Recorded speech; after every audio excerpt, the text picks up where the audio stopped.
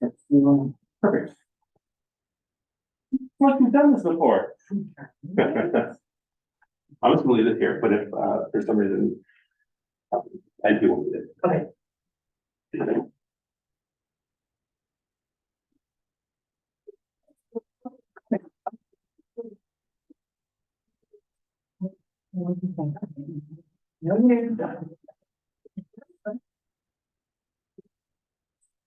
No, you're right. You had it.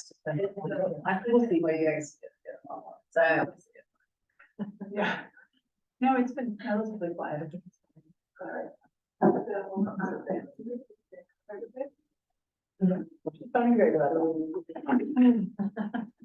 Is there a new target date, Greg?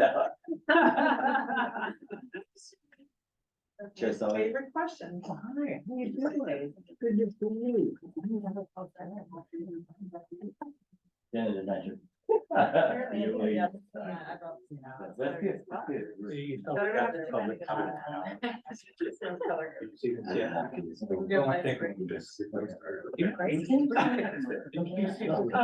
doesn't look like, oh, I can see over there. Yeah, my son's come back to me. Oh, that was nice. Autumn? Yeah. Autumn doesn't have a package, does it? Oh, yeah, that one's your seat. Oh, I'll get one. Appreciate it. We want you. Yeah, we can look at that. I'll go through my review, but. It's, here, we've got that right here. I thought, I'm sure we had.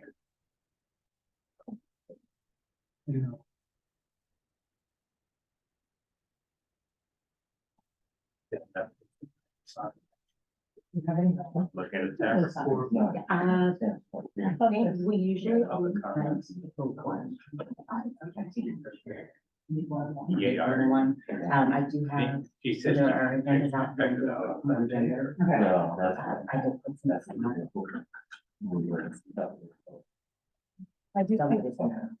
I do see some people having your stuff. Looks like, Greg, it looks like Manpreet is here. It's okay. She can take notes for me while I'm getting yelled at. She can take this and then it'll say, I'll get back to you. I'll get back to you. I'm not sure, but I'll get back to Yes, you. Don't call us.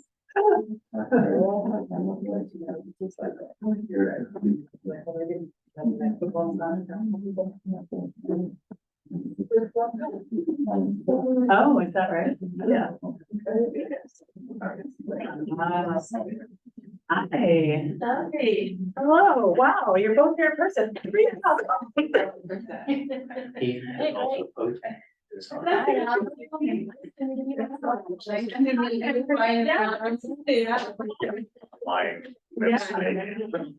thank you for being here. Yeah, we did. No. Oh, yeah, we did. Okay, we did. Hey, you're like,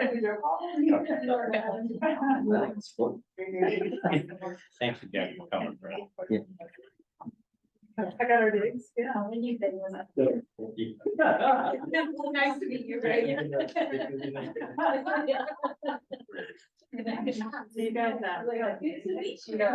See you back order. There's water there. Nice to meet you. Okay. All right, thank you.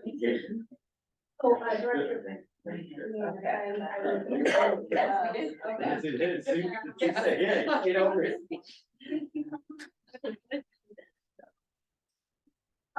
Well,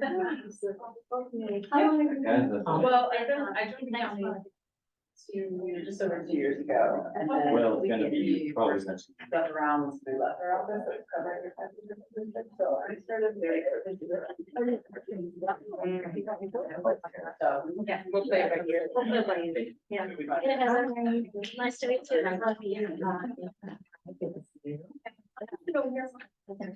You too. I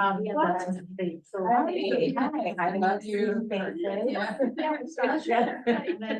then when we get into, then Brian will come up with the.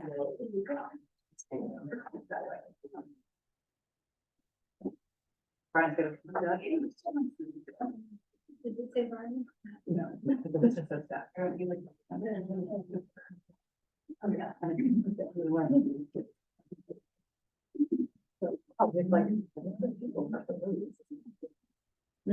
I like hovering around it. So that, yeah, separately.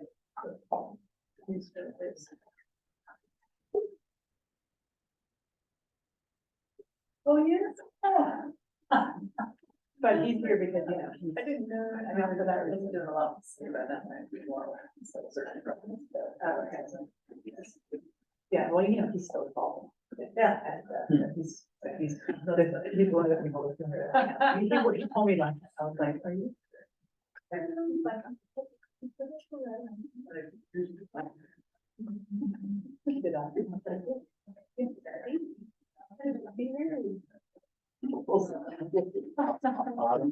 Did you charge for paratransit rides? We did. So what do we do in the case of a no-show? Do we bill them for the failed?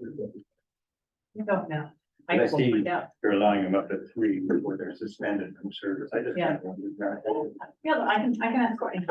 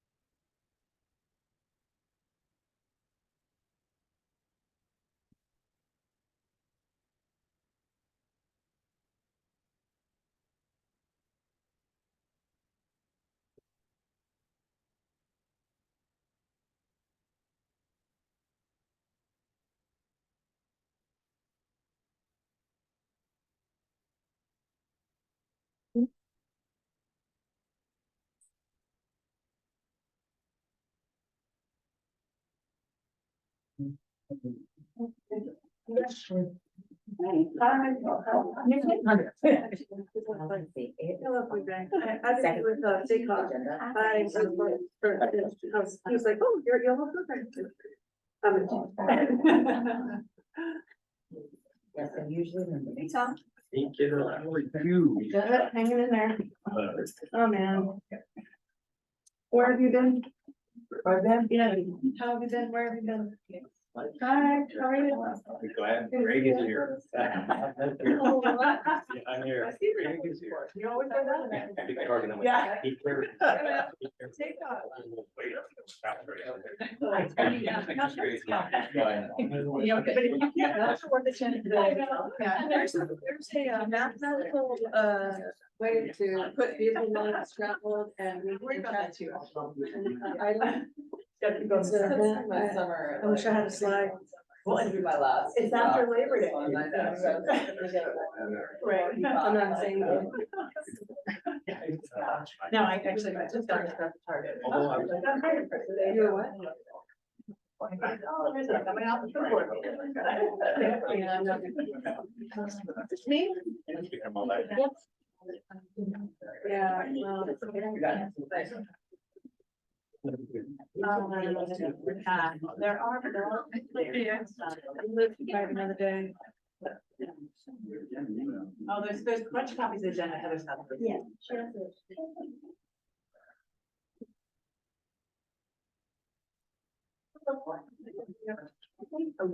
I like your capture that bag. You look at the notes where you were just right. 2005, wow. Oh, you can't give me that. I'm just saying that my constant pen and never said. Yeah, almost. They used to do those. Maybe I should save my money. Every year they would do it that, but. Wow. But I just like. Hey. Hey, yeah. See ya. You were in. Yeah. Probably didn't get a chance. Yeah. Yeah. Okay, back in there, so. I was there. Thank you so much for getting involved. Thank you so much. Because in the future, just if you happen to remember. Thank you so very much. Yeah.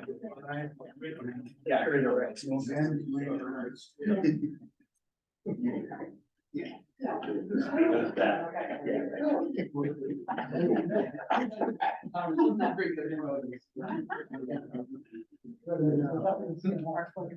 We're gonna focus on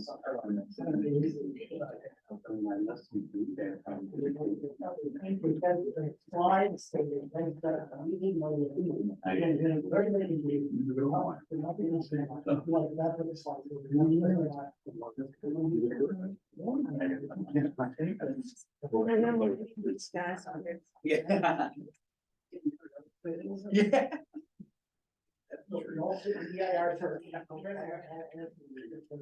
Don't say that.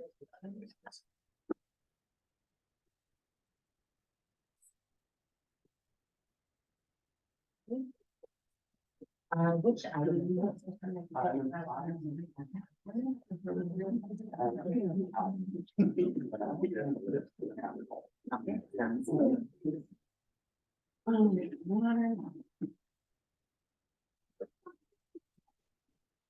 You know, I just need 85 miles an hour to get here. Just wanted to say hello, Tom. Oh, I know. He's a trade. Right now, the thing is. Yes.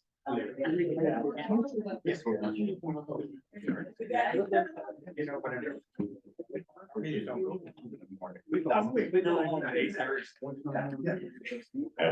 It's happened. Did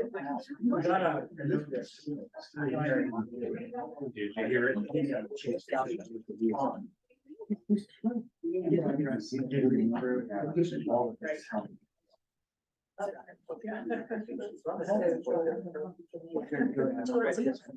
hear it?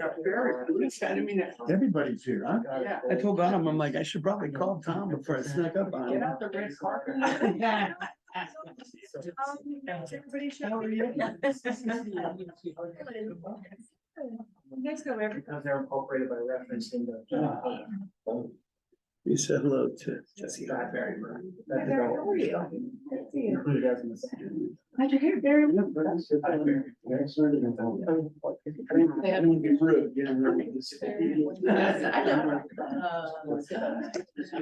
Hope we have it on these in class.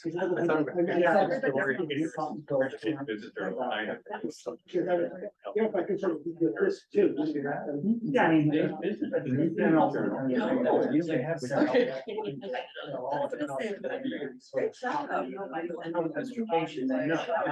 Oh,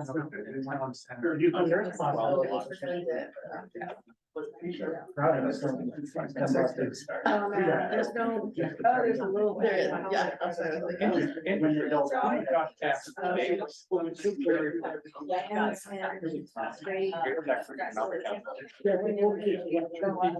And they are going to. I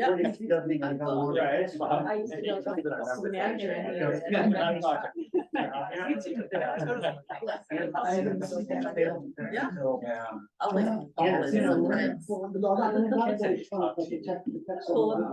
Oh. Chamber.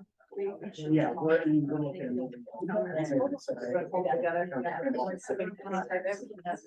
Yeah, we'll be looking. Oh, it's a CIR?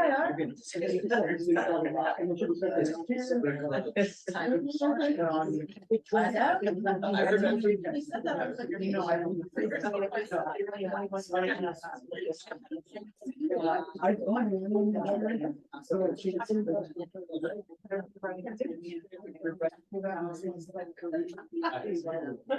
Yeah, I mean, what do they, and then I wanna make sure, you know, we don't have this.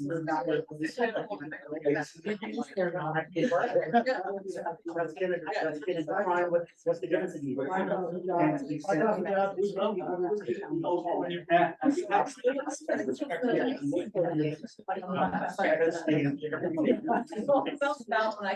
said, so now it's.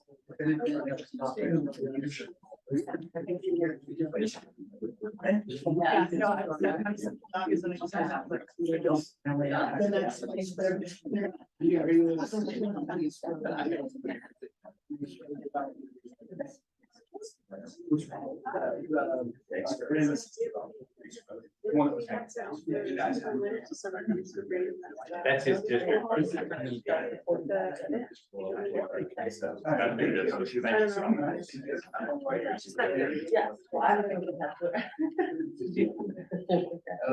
Did you bring it here? Sorry.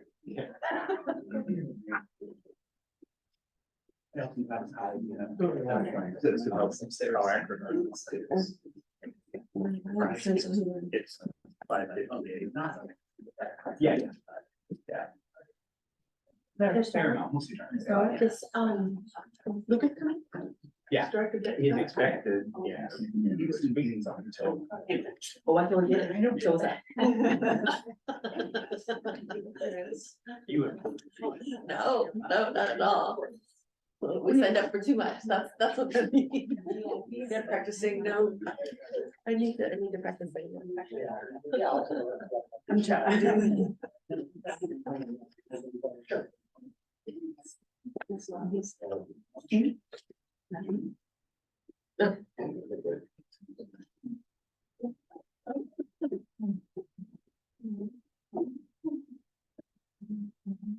Have 1 minute. There's one that I can show you. Everybody ready? Oh my gosh. That was me. That was it. It's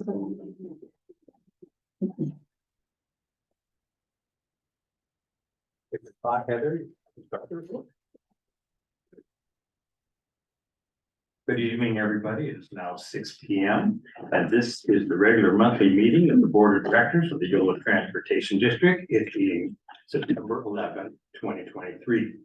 The first thing I'd like to say is because it is September 11, we can celebrate the fact that our democracy is yet alive and well. And as we go forward with our business tonight, we're continuing in that tradition. But we do so with hearts heavy for those who lost their loved ones on that sad day. I would also like to mention that we lost a former board member this past month, that being Gary Sandy. Supervisor Sandy represented the city of Woodland here some years ago, beloved by all of us and all who knew him. And we are very sad at his passing. And all of us have extended condolences to his family. With that, Madam Clerk, do we have a quorum? All right, let the record reflect that all members of the board are present this evening. And now we'll move on. I think Senator Lynch here, we are missing. Excuse me, Lucas Frericks is en route. We did receive word. Sorry, he is not been yet seated. Just one of many things I'll get wrong tonight. It's okay.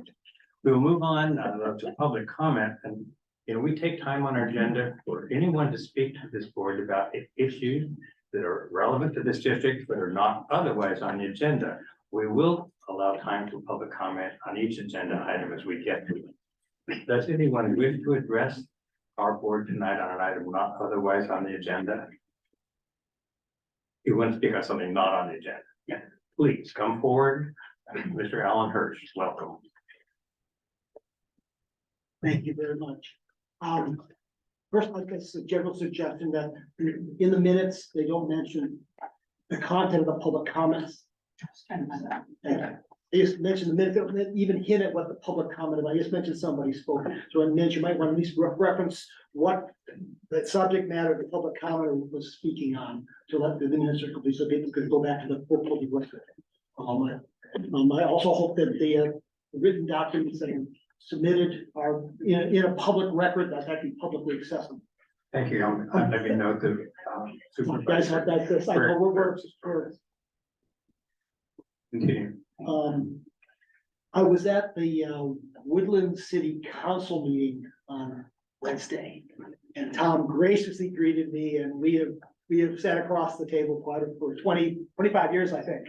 Yeah, I think. Who's counting? So, and that was, very, very gracious, very, very nice, there are different styles of councils. I've been to all of them in Yolo County, and the Woodland Council was very good.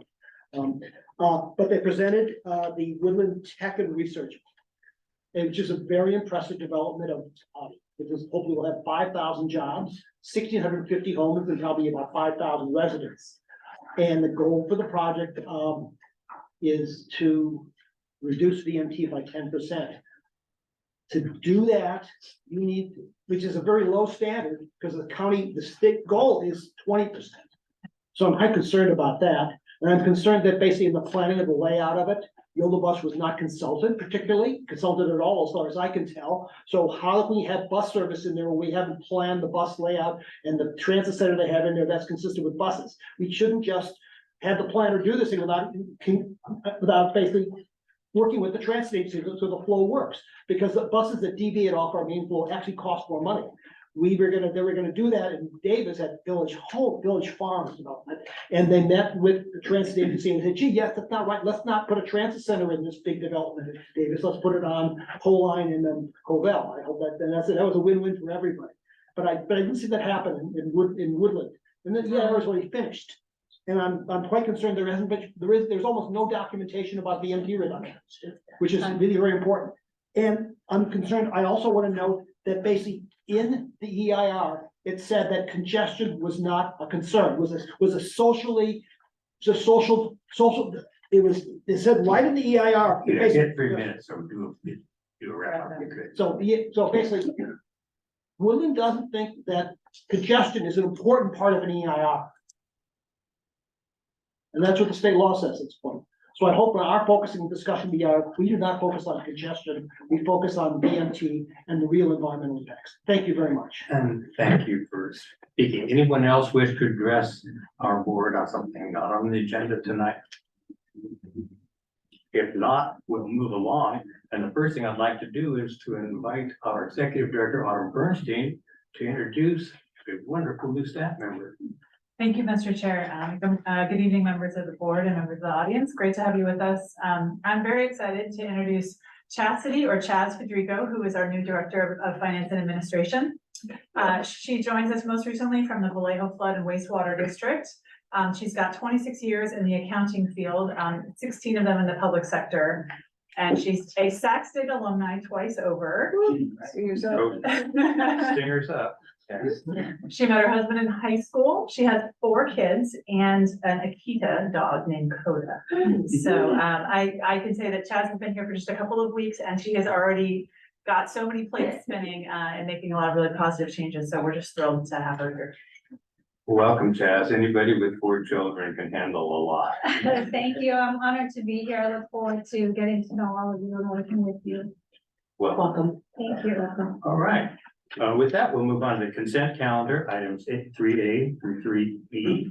And you'll notice in your staff report a corrected amount on item 3E. We can't get 2 buses for $93,000. Wish we could. It's a lot more, and that's correctly reflected both in the resolution as well as the corrected staff report. Any discussion by the board on items 3A through 3E before we take public comment? There being none, is there any public comment on items 3A through 3E? Okay, bring it back to the board. Is there a motion? With approval of the consent calendar as submitted, and my apologies for being a minute late, this coming from a closed session of the supervisors. No worries. Early seconds. Okay, motion by Director Lucas, second to, By Director thank you, by Director Early, okay. All those in favor say aye. Aye. Opposed, motion carries, the consent calendar is adopted as submitted with the corrected amount, amended at 3E. Moving on to the regular calendar, item 5 is the Yolo 880 Managed Lanes Project. An overview of the draft environmental document, which is not yet in hand, but Brian, who can spin straw into gold, will tell us about where we are on this project. Thank you. And Autumn, did you want to start by introducing? Okay, then Brian, Alvin.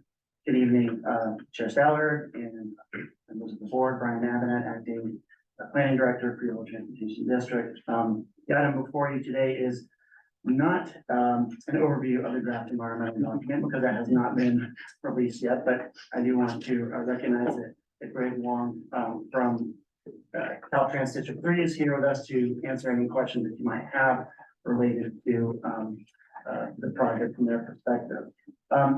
So instead you get just a more generalized update on the 80 management project. And as you all know, it's an ever evolving project, lots of twists and turns, and from staff's perspective, it kind of feels like a bit of a roller coaster.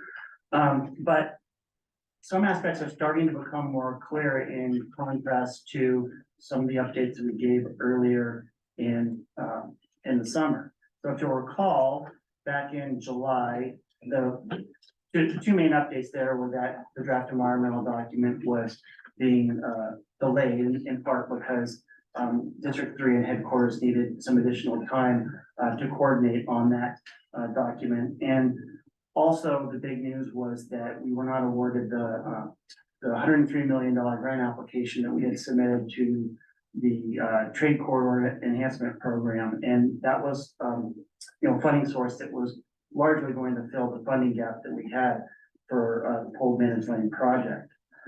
And so this month we thought we would be giving you an update on the draft environmental document, but that hasn't quite crossed the finish line yet. So if you want to switch to the next slide, right? So they're putting on the final touches. The staff report stated that it was going to be released on the 6th, and that was the information that we had at the time. But we also want, to make clear that our goal as staff, consistent with this board's policy direction, our goal is to have the project environmentally cleared with toll managed lanes, with express lanes. The other thing that has, occurred over the last, month or so is sort of a collective consensus between headquarters at Caltrans District 3 and YoloTD to prioritize obligating the $86 million infra funds that we do have. In other words, not letting those forfeit. And so that's a big, I think accomplishment, is that we're all working together to try to get, this project delivered. And what that project looks like sort of depends on how you define the project and how you define the various phases. Right now, Caltrans District 3 is looking at, phase 1 build options. And, the idea here is that anything that gets built in a phase 1 or phase 2, and if we're talking about a multi-phase project, that all those interim phases are, complement and sort of set the foundation for the ultimate toll managed lane project that we would like to see. So next slide, please. Right, and so we have this $86 million in hand, and the recognition that when you look at the full 34 miles of toll managed lanes, which cost in the $300 million range, or more, the $86 million is not going to get us there. And so, and all of the build options that include tolling, are not within the budget that we have for this first phase. So it's a distinct possibility that this first interim phase may not include tolling. But the silver lining in that cloud is that, we were given, some verbal commitments from Caltrans, statewide executive director and District 3 that we're all recognizing that there will need to be continued investment, into this corridor, and that they were willing to commit to continuing to do that. And so that was a good sign, from our standpoint. But then also stepping back a little bit, just recognizing the significance of this segment of I-80 and Highway 50 as part of a larger mega region, Northern California mega region, express lane facility that's continuous. So from the Bay Area all the way through Sacramento region, that this is an integrated facility. And that more locally here in the region, that a express lane, toll managed lane project is consistent with regional transportation policies as clearly identified in the Metropolitan Transportation Plan and Sustainable Community Strategy. Most of you are already aware of this, but just sort of bringing everybody back up to speed as to sort of where we are from the staff perspective. Next slide. And then finally, last slide here is, we are continuing to obligate the $2 million funding that we received from SACOG in their recent regional funding round. And the benefit here is that it will allow us to continue that momentum towards, a final, project that would include whole lanes.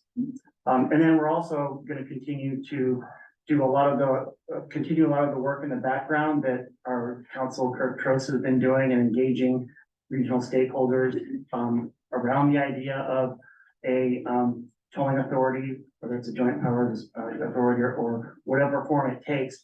That's still a role that we intend to continue playing in leading the region in those discussions. So that's where we are right now. I'll leave it there. If you ask any questions, we're happy to do so. But that's where concludes our presentation. Thank you. Board members, questions, comments? Mr. Chair, I just want to note that our special counsel Kirk Trost is on the Zoom. So if there are questions for him about any of the governance work that is happening, he's available. Well, we know he's reducing vehicle miles traveled by sitting in his comfortable home in Davis. So good evening, Kurt, wherever you are. All right. Good to see you all. Okay, thank you. All right, we will then go to public comment. No, did you wish to speak? Yeah, I guess, Mr. Chair, one quick, Go initial right question. I ahead. know I think the staff addressed this a little bit, but so when are we anticipating the draft EIR to be released to them? Why don't we actually go to Greg at Caltrans to see if he wants to share some updates on that, and then I can jump in as well. Thanks so much. And that's okay. I deserve it. Thank you, everybody, and it's good to see you all. As I wish I had better news. But I will say that we are close. And as Brian says that we still need a little bit more time to coordinate the release. But I will also say that, I wanted to be here in person to share that, but also share the fact that we got this close because of our partnership with you and specifically Alon and Brian. 2 weeks ago, we got to go ahead. Now it's just consistency reviews, legal sufficiency reviews, the various communication internal. Took longer than we expected. So, but yeah, the partnership helped, and like I said, we're close. We're close. I'm not giving you a date. Right there in minutes. But yeah, I felt you should commit to that date, sir. it was a month. Yeah, I'll communicate every day with your executive director. Talk every week, so she's getting the updates. I will just share from my perspective that I'm quite concerned about the continuing delay. We do, in order to obligate that 86 million in federal funds, we have to have a certified environmental document, or we will forfeit that money. And we know we have a robust amount of community engagement and interest in this process, which is how it ought to be. What I communicated to the Caltrans director, and I'm texting and emailing everybody at the state that I know these days, is that we've got to get the CIR on the street. It's not perfect. We've seen an internal draft. We know it's got issues, but that's why you have a draft, and then you talk about it, and then you make changes in the final. So we hope that draft will be available as soon as possible. Well, thank you, everybody, for essentially no answer, but we understand. Any additional board member questions or comments? There being none, we will go to the public hearing and, public comment. This isn't a hearing, the official hearing tonight. And, Alan, I know you want to speak, so why don't you come on up? Mr. Chair, I believe that Heather's got a list of speaker cards. Oh, Heather. I should always remember to talk to my clerk before I do anything. So who's gonna lead us off? Forest. Forrest? You wanna come on up? Forrest, come on. And please introduce yourself, all right? Well, my name is Forrest Oldham, a resident of Woodland. Welcome. Thank you. And members here, appreciate the opportunity to talk. I would really like to have a little more time than this that you're gonna give me.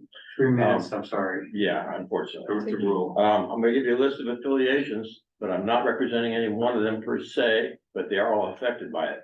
Okay, I belong to the Woodland Camera Forum, the Gold Rush chapter of the Photographer Society of America. I belong to California Fly Fishers Unlimited. As a matter of fact, I'm president of that organization. And also, I'm a member of the Yolo County Taxpayers Association, and I'm an Uber driver. Now, again, I'm not representing any one of those, but all those are affected.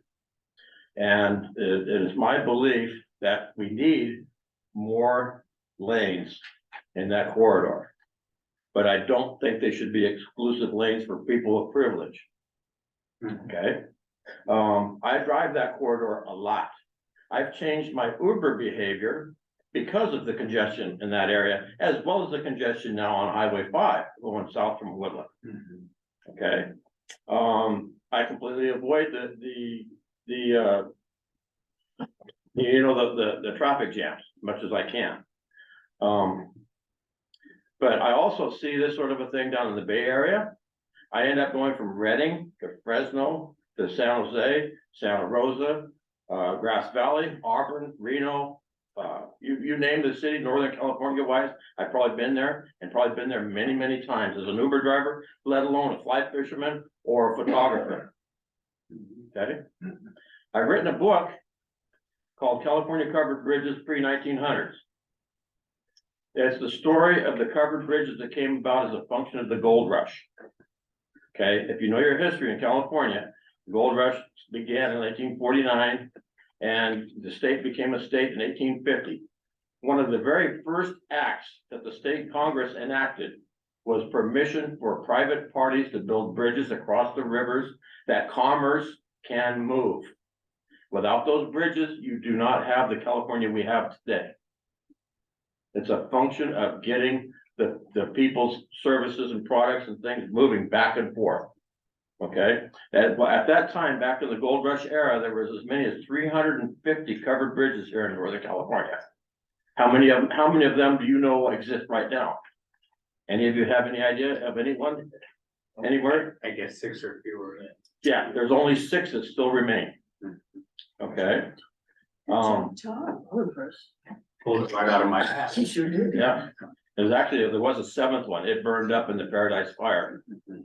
Again, that was by a decision of a group of people to try and deal with a problem and by putting it in a box, and the box didn't necessarily deliver the result that we all wanted. If you hit your 3 minutes, you want to stop out. Is it 3 minutes now? Yeah, concluding comment? Concluding comment? You need the additional lanes to move the traffic through to avoid the congestion, which also results in other environmental impacts by the cars not using their fuel efficiently. Thank you. We appreciate your taking the time to come tonight. Thank you. Who is next? Ken? Ken? Sure. And by his coming, we just say Ken is a former mayor of the city of Davis. And I'm really glad to see him here tonight with us. Welcome, Ken. Thanks, Tom.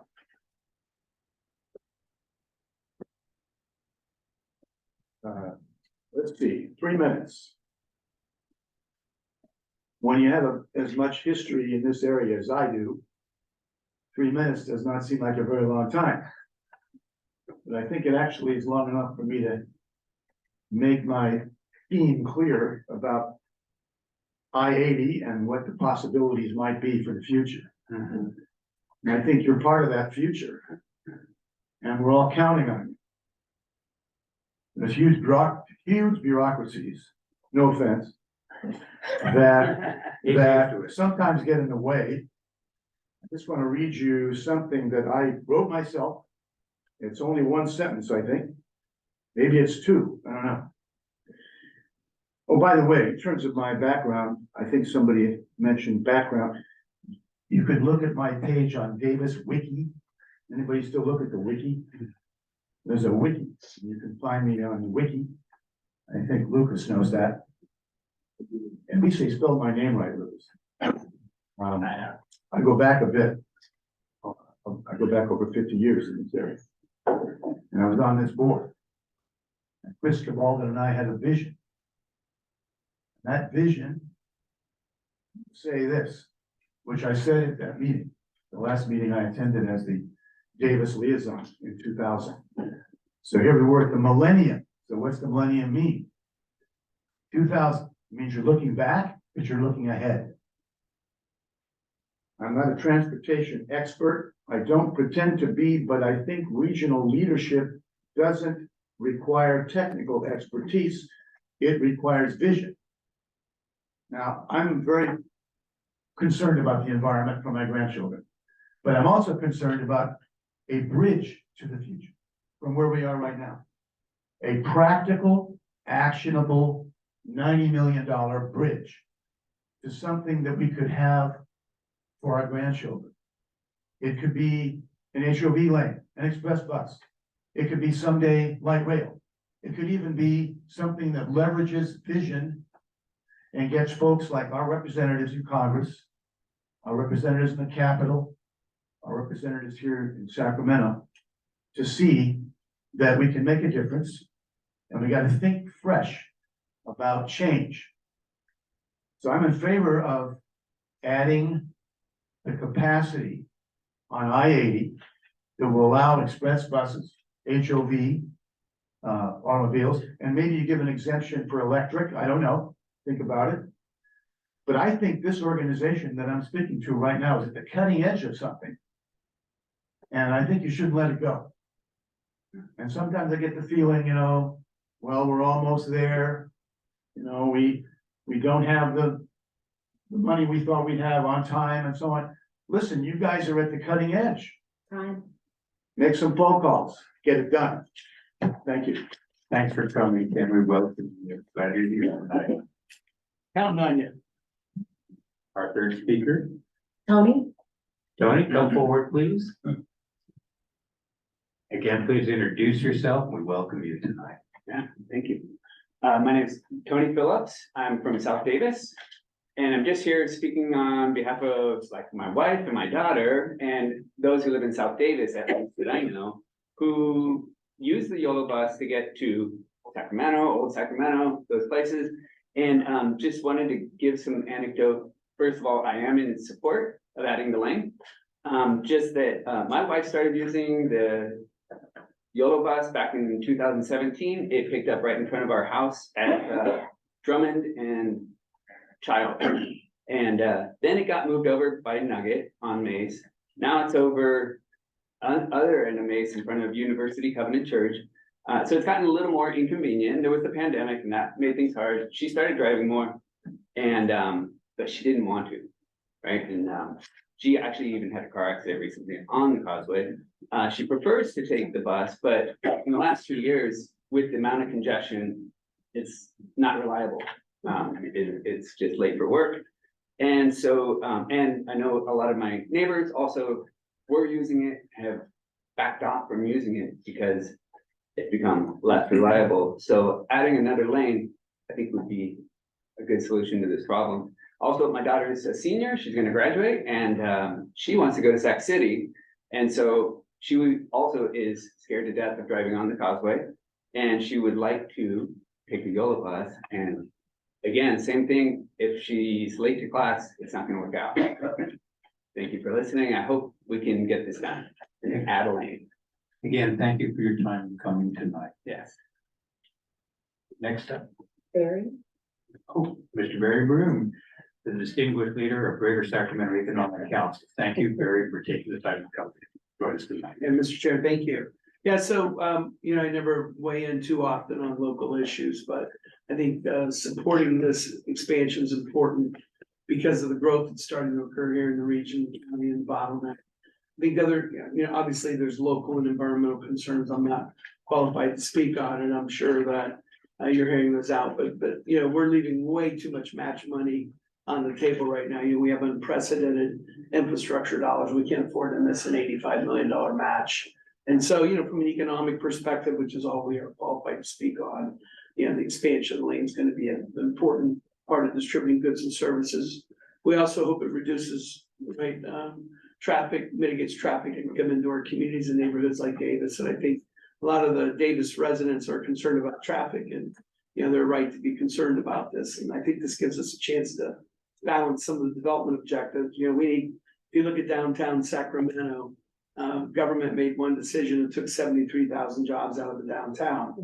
And one of the key missions of GSEC is, when we started, Tom, as you know, in 2015, we were at the bottom in the United States in inclusion and equity data, because, you know, government's not a very good equity player. You gotta have graduate degrees and PhDs to work on it. You know, we're now in the top 5 in US inclusion, top 22 in equity. It's because we've been building these industry strategies and connecting people to it. We've also been able to do that with an eye on climate change, like mobility, which is going to be some real important announcements. So I'm hoping that we can find that proper balance between the respect for the environment and respect for all views on community sustainability, capture these important federal dollars, and, you know, be able to grow the economy in a more intelligent, healthy way. We need 128,000 jobs in the next 15 years to be as stable as a capital region as you would typically see in places like Columbus and Indianapolis. So we got a lot of work to do. We got great momentum now. We got some social concerns we have to cope with as a state, but it should be, next 3 to 5 years should be a moment in which we really start to peak and people really get to know and respect us as a community. And I think this will be an important contribution to the infrastructure. So thank you for your time, Mr. Chairman. And thank you again for coming tonight. Next speaker, Brett? Brent? Or Brett? Oh, Brett. Brett Lee, another former mayor of Davis. It's a big night here at the Transportation District. Welcome, Brett. So thank you for allowing me to speak for your group. I wasn't sure I was going to speak, but I thought out of abundance of caution, I would put my speaker card. I didn't know how strict you were, but I guess as fate would have it, I will speak.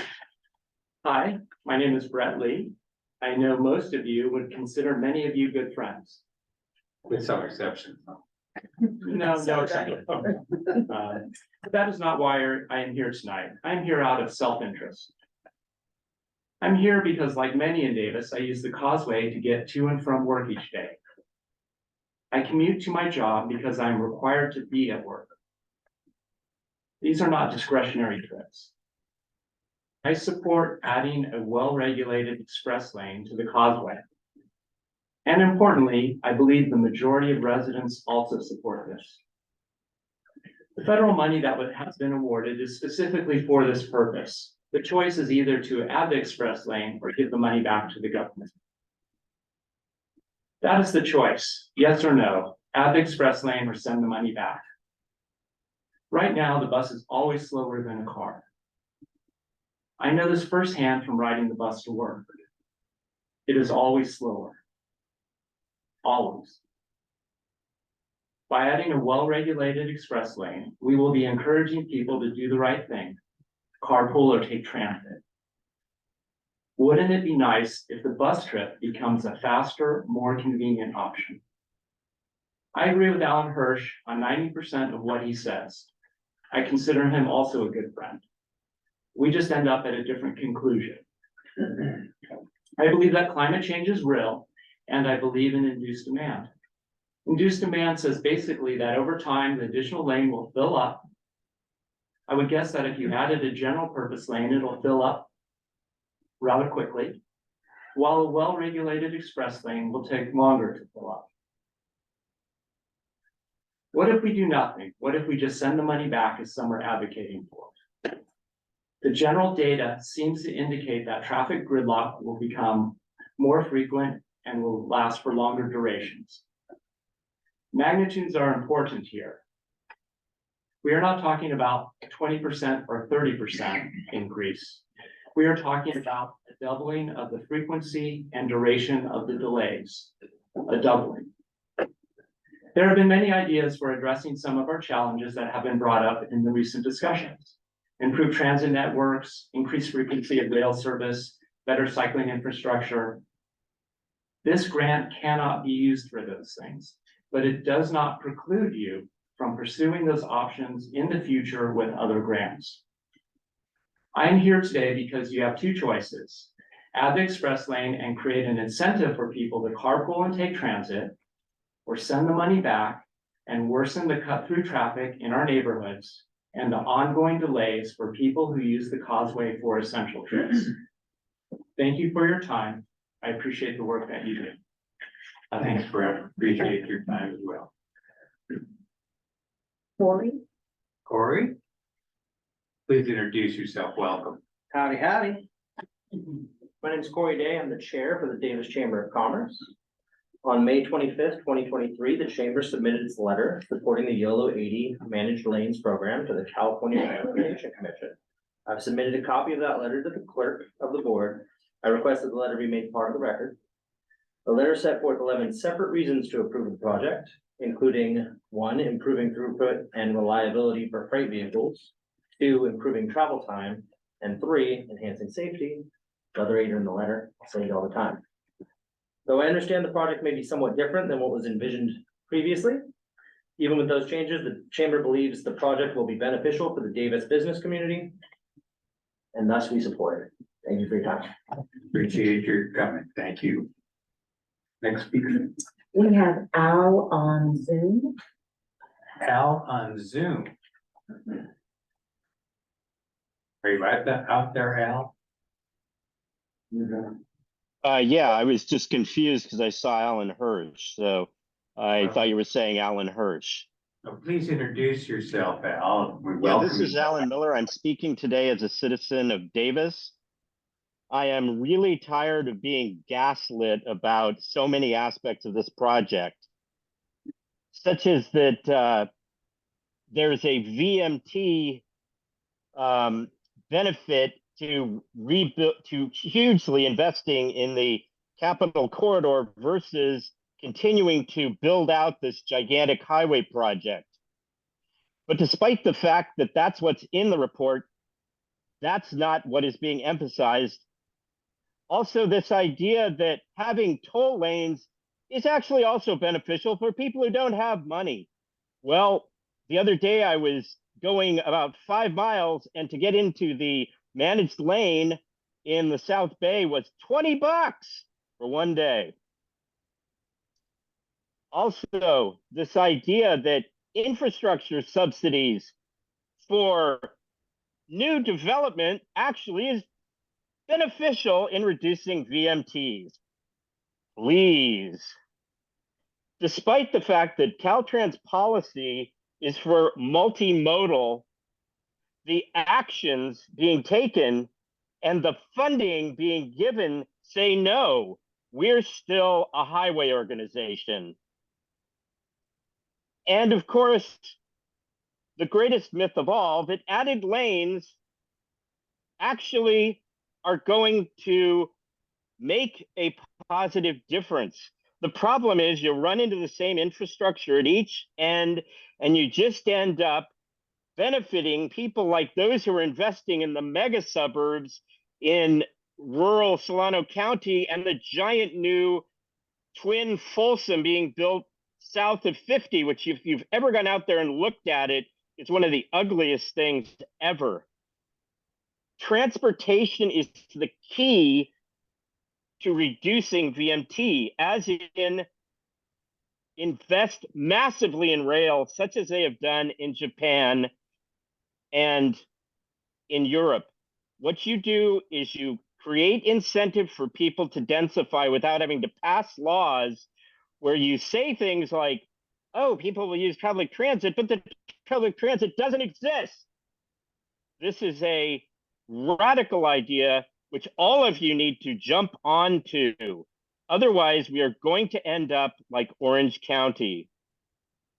But here, all I hear is highway widening. Oh, well, of course. Thank you. Thank you again for calling in. Next speaker, Gabriel on Zoom. Gabriel on Zoom. You have 3 minutes. Please introduce yourself, Gabriel. Hi, my name is Gabriel Ehrlich. I'm calling in from Davis. I'm glad to hear some public comment about the need for public transportation. We definitely have a problem. The congestion is definitely a problem for getting from one place to another. And I hear some people saying just overall this project is a good idea because it adds lanes. And that seems like a solution. We certainly have money for a solution. I wanted to contribute my understanding based on what I've been reading and listening to, that the only way to permanently solve this problem is to create a massive change from individuals driving their own vehicles by themselves to using viable alternatives to driving, like buses and trains. Obviously, this money can't be used for anything but the kind of thing we're considering here. But it seems to me like what we need to do is consider the different alternatives. I haven't heard much discussion of that. The goal, like if we can build a bus lane, for example, the goal should be to get people's into like single people who would rather not even be driving at all into other modes of transportation. The best thing that we can do to ease traffic for the people who do have to drive is to get the people who don't have to drive not to drive. And the opportunity here, I think, is to pave the way for transportation, for public transit to be better in the future. And it seems to me like the best alternative in that situation is a transit-only lane. I would prefer if there were an alternative available that didn't involve adding that extra lane, but that doesn't seem to be an option at this point. And I also wanted to make a point about congestion, which is often used as an excuse, like the environmental impacts of congestion, which are often used as justification for, like an environmental justification for adding more lanes to improve throughput. Especially with modern vehicles, many of which are electric or hybrid or turn their engines off when they're stalled, that's just not a consideration. Congestion does not have a noticeable environmental impact. Increased driving does. So I hope that the board can find something to do with this money that's available that does have a positive environmental impact and can solve the congestion problem. And it seems to me like the best way to do that is something that makes it possible for transit to be more efficient in the future. Thank you, Gabriel. We appreciate your calling in. Next speaker, We have Alan Hirsch. Mr. Alan Hirsch. Welcome once again. Thank you. I've been going to these meetings, probably the most frequent attender other than Lucas. I'm amazed that no one has mentioned climate change. I thought we had a crisis here. I thought this was really important and it's going to take precedent over other things. I'm kind of amazed. But we know that increased VMT is related to greenhouse gases, is 40% of the states and 70%, 65% of Davis's greenhouse gases and 75% of Winter's greenhouse gases. But we're going to encourage people by driving more. And we really haven't provided them transit alternatives. I mean, Tom, you mentioned the beautiful job we've made on the Capitol Corridor. You seem to have forgotten that 10 years ago, they moved the station, the Capitol Corridor, 0.2 of a mile further from downtown Sacramento. And the fares are obscenely high. $9 one way to go to Davis to Sacramento. That's beautiful. I'm sorry, there's no transit alternatives. And basically, when we do the construction work in 50 in Sacramento, they did transit mitigation. to give people, there was nothing discussion about it. We had construction on 80 now, and there's no talk about transit improvements to mitigate that, because there's no transit to improve. And Tom and I have been talking a long time about this. We've been a long dialogue here. And Tom, we're living in Tom's world. He was chair of SACOG 20 years ago. We had discussions about transit. And let me read an editorial from 1999 in Sacramento Bee. Sacramento's 1999 Metropolitan Transit Plan lays out a $15 million program of improvements covering 24 years. Spending $15 million for outcomes like these are SACOG's outcomes, is regional economic suicide pact. We are living in Tom Stoller's world. With the congestion, with the air pollution, with the VMT increases.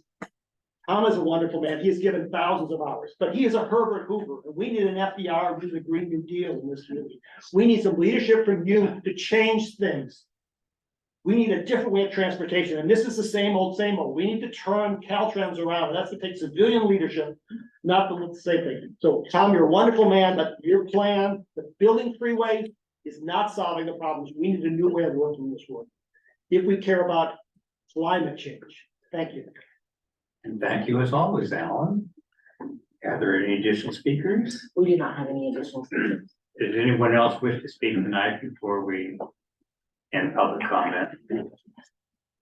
Well, thank you all. I mean, this is democracy. We're here in the people's house for transit. I would like to say something. You know, we only get to speak once on Just it. a real quick thing. I'm sorry, only once. No, I'm sorry. You're out of order, This sir. is a democracy. This is not a democracy.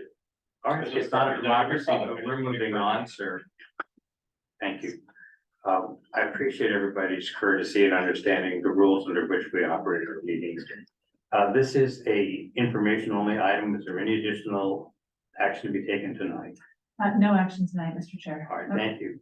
That concludes our discussion on item 5, and I welcome calls from anybody, anytime outside the meeting. Let's continue then with item 6. This is the Americans with Disability Act rider policies, application and service area update. And Autumn, do you want to introduce the item, please? Yes, thank you, Mr. Chair. I'm going to be quickly handing it over to Courtney Williams once he has a chance to get settled, our senior transportation planner who's leading on this item. And we do have a slide deck that I'm sure Heather will be pulling up momentarily. Courtney, we welcome you for tonight. Thank you. Good evening to the board. Excited to present this little transition from our previous item. So I'm here to talk about today an update for that staff have been working on regarding the ADA rider policies, our application process, and updates for our service area. We got next slide. So just kind of to frame this discussion and presentation as an information item, staff has been going through for the start of the fiscal year, looking at different policies and documents and guidelines that need to be updated. And so what's next in our agenda right now that we're working on is a complete evaluation of our ADA policies as it relates to the paratransit service that we provide. And so with that, we've taken into consideration the name of what we currently have is Yolo Bus Special, kind of changing that name as well, just to kind of alter the connotation. We also have changes as well for our rider guide. The application process is something that we're currently looking over as well to see what we can do to streamline, make it a bit more efficient. Changes to the rider policy or there's only one change that we've kind of recommended so far, and then changes to the service area and service times. And so this is important, as I'll touch on when we get to that slide, but part of one of the requirements is making sure that our paratransit service matches what we currently provide for fixed route. And since we're operating currently on a limited fixed route schedule post-COVID, our paratransit service has yet to be changed to accommodate that. So this formalizes that process with the updates. So we're going to the next slide. I want to ask a question here. I noticed the staff report, again, the suggestion the name be changed from Yolo Bus Special to Yolo Mobile. And I see that the advisory committee has favorably recommended that, but there's no action tonight. Will that come back to us at another meeting? Yes, so thank you. Yeah. So at the October meeting, I'm planning to come back with a full action that includes the name change and all the updates for the policy documents. And so from this meeting today, it's really a staff recommendation based off the feedback that I've written in the staff report from the advisory committee, as well as any other comments or ideas or suggestions that you have. What I'll be talking about today. So we have the next slide. So just kind of a background, I'm not gonna read the slide entirely, but part of the requirement of ADA is to make sure that we have a similar accessible paratransit service for those that are, what are qualified as disadvantaged, and within that, there is 4 criteria that are used from the ADA legislation that I'll kind of get to in the next slides on how a transit agency would go about from receiving an application to making a designation. So with that, another one of the requirements is that with fixed route, for any transit agency that's operating fixed route service, they have to operate paratransit service within that 3/4 of a mile of the fixed route. So it's kind of an overlay. So when we're thinking just in the context of what will be updated, the service really should be mirroring what we operate, but more accessible for wheelchair riders or neurodivergent or other concerns that a rider may have, preventing them from using fixed route service. So we'll go to the next slide. And so kind of as the staff are like looking through our previous ridership data, one of the big surprises that we had when compared to our fixed route is that paratransit has actually recovered ridership and maintained ridership a lot better than our fixed route service. So one of the things that we've noticed is correlated with is an increase in enrollment and applicants. And so within the region, we currently have over 1,000 registered applicants, and we're averaging roughly about 10 to 15 per month. And so with that in mind, and with kind of how to date our policies and like documents are, and also thinking about how do we want to be forward thinking with noticing this trend and coming up with a more streamlined process, that is part of the reasoning we've coupled together for us to kind of attack a lot of these changes that I've discussed. And so we'll go to the next slide, Heather. So starting off, simply put, just the Yolo bus special name, changing that to Yolo mobile. Sometimes the special name is the only thing you see on our paratransit vehicles. That's just something that, you know, we did a little outreach talking to a few folks who use paratransit service. So we felt this is a much more kind of neutral name that still reflects what people need to know. Yeah, go to the next slide. So changes within the rider guide that we're currently looking at, really it's just formatting, updating the tables and table of contents, holiday schedule. There's some, the current schedule that we have has the current schedule that we use does not account for the 2 additional holidays we've received. So on that end, just making sure that we're up to date currently with the fixed route changes in the holiday service we have in the documentation that we use that we give to our riders. So we go to the next slide. On the application process, one of the big things we're working on is updating it from just a physical document that they have to mail in to also a digital application that they can fully edit and use online, making sure that digital application is also ADA accessible. So if they need a reader to go through the table, they can actually use an assistive device, and then that will, again, just increase the accessibility for applying. We're also looking at, or we're changing the days in which we would plan to respond from just 21 days to 21 working days, which really actually kind of shortens the timeline of response that applicant would receive as opposed to 21 just general days. And so in addition to that, we're looking at ways in which we can kind of change and strengthen the verification process and make it easier. The current process we have right now requires them to, you know, schedule a doctor's visit in order to have verification of their ailments. So we're looking at different alternative methods that don't require them to tether out different pieces of information for a service that they need or are eligible for. And then next slide. So changes for our rider policy, really the biggest change was changing the punitive language for suspension policy, and then also adding more flexibility for suspension policy or missed rides. Talking with our operators next door, this is not an issue that they're dealing with in terms of having to suspend riders, in terms of having delinquent issues with riders. So having the previous policy where it was 60 days and that you could not have it would count for 3 infractions before being suspended, as opposed to what we're proposing where it refreshes every 30 days. And if you have 3 infractions, then you would receive your first suspension. So again, just making it a bit more flexible to accommodate the fact that we really don't have major issues on our paratransit service with riders. Next slide. So the last part, what I talked about earlier is the changes to our service time that we have to reflect our fixed route service. So this includes, Woodland, Davis, and West Sacramento, our intercity service, our Sacramento premium service, Winters premium, and Knights Landing premium. And I'll go through the changes and what that means in regards to the city name and premium. So currently on paratransit, we have a premium service for certain parts of downtown Sacramento, where there are hospitals that are located outside of the area that our fixed route operates. So that's where the Sacramento premium would be classified as. To make sure that we are offering like for like service, since we do not operate fixed route service within Winters and Knights Landing, but we do for Beeline. We're adding that as a premium service, meaning that it is accessible for a paratransit rider to go to the same destinations that we offer within our micro transit service. For Woodland, Davis, and West Sacramento, these cities all have routes that we were cut due to COVID. For Woodland, that includes the 210 and 214. For Davis, that's the 220, and then for West Sacramento, that's the 35. What this does is this affects the local start times for the paratransit service. So prior for West Sacramento, we were operating service as early as 4 a.m. with the proposed cuts now to make sure that it is in alignment with fixed route service. That'll be starting at 6 a.m. And so we have a larger chart. I didn't have it in the slides, but I can definitely make that available to you. That goes over the specific route change with the time.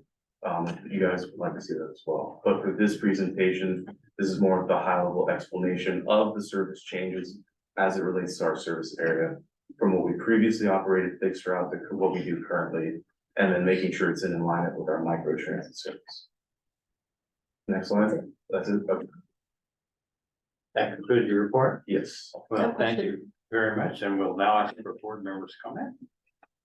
Question, on the changes that again, just want to make sure I'm keeping up, on the changes for the timing. I'm assuming you've looked at ridership, and in addition to just making sure it lines up, does it actually impact riders? So for instance, West Sac, are you getting ridership at 4 a.m. or are they just empty? We're getting like maybe a couple of just riders that repeatedly request the service for their scheduled appointments. But so to answer your question, yes, we're getting riders. Is it a high ridership number? No. But part of the rules that we're making sure that we're abiding by is operating service that is in alignment with the hours that we operate for fixed route. I mean, on one hand, I understand that, on another, there are rules. So, we make them. Meaning that we're aligning it because we've said so, not because it's a policy. So it could change if, for instance, there's a need. And so my only concern would be if you have ridership at those times and you cut it, then you are likely impacting people potentially, particularly because it's continual ridership. And so outside of the fact that we want to line them up, why would we? Right, so from a federal standpoint, it is required that we operate like for like service for paratransit and fixed route. Got it, so it's not, these aren't our rules. No, correct. It's that bureaucracy we were hearing about earlier. Right, this is getting in alignment with Got the it. policies. If I can jump in, there's nothing in the ADA that prohibits us from doing above and beyond. The ADA is the minimum, that we have to offer the same service for ADA paratransit riders that we offer for able-bodied riders. But We can do more than that. Oh, okay, so like having, we could keep the same time, so it's not that we're required to reduce timing. That's correct. We're choosing to. That's correct. Just want to make sure I understand. Yeah. So, and if I can jump in, if I can just add on to that, I think this is why we wanted to bring this to you before we're bringing it to you as a final, because there are trade-offs involved, absolutely. And so when we go above and beyond ADA, we're, for example, like with our premium service that Courtney mentioned, that goes to like hospitals in Arden Arcade, for example, that are well outside our service area, we're offering that, we're going above and beyond ADA because that's a choice. And that's a choice the board has made in the past and could continue to make. But we wanted to bring this to you now to kind of have start that conversation with you, because ridership is increasing so dramatically. And it is an extremely expensive service to provide. And with our driver shortages et cetera. We are living in a world of constrained resources and everything is getting more expensive. So I think we need to find the balance between making sure we're not taking away, service that people really rely on, but also making sure we're being as efficient, being efficient with our limited resources. And so as much as I appreciate that, right, which is this potential trade-off, you haven't actually provided me with numbers to make that choice. Absolutely. So what I'm making a note of is that we need to understand the ridership for these cuts and how many people would be impacted by the changes that we're talking about. And the cost, right? Because I think that's what you're suggesting is the trade-off, is the, hey, it's more expensive to provide above and beyond. And so for me, I would be interested in knowing what is the cost, right, trade-off, and then who are we actually impacting? Because if you have, particularly in this case, individuals who are in significant need of these services that are continuing to ride this, that would indicate to me that they're relying on this service and we're gonna cut it. And so what is that worth?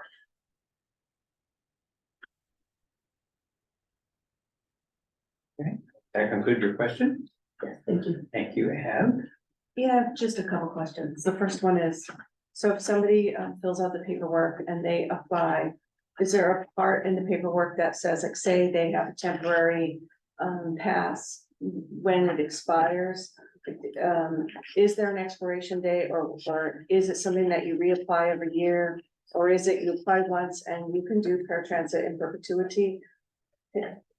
Yeah, so we currently have it as a 2-year policy, where they need to reapply every 2 years, just as a verification process. So there isn't once you sign up for once, you're good to go forever.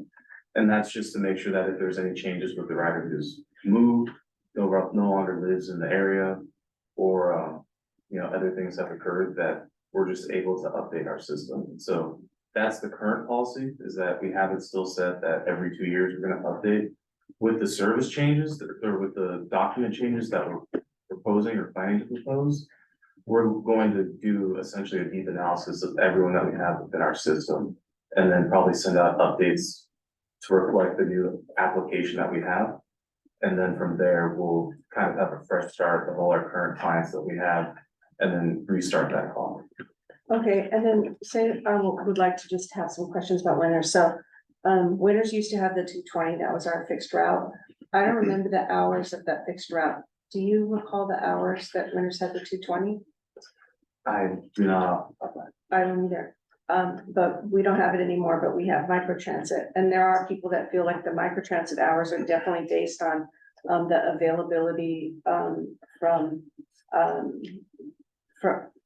our transit agency, not the availability or need based in Winners. So my question is, if Winners doesn't have the 220 anymore, but it's going to be based on microtransit, but microtransit doesn't feel like the hours are adequate, are the hours available actually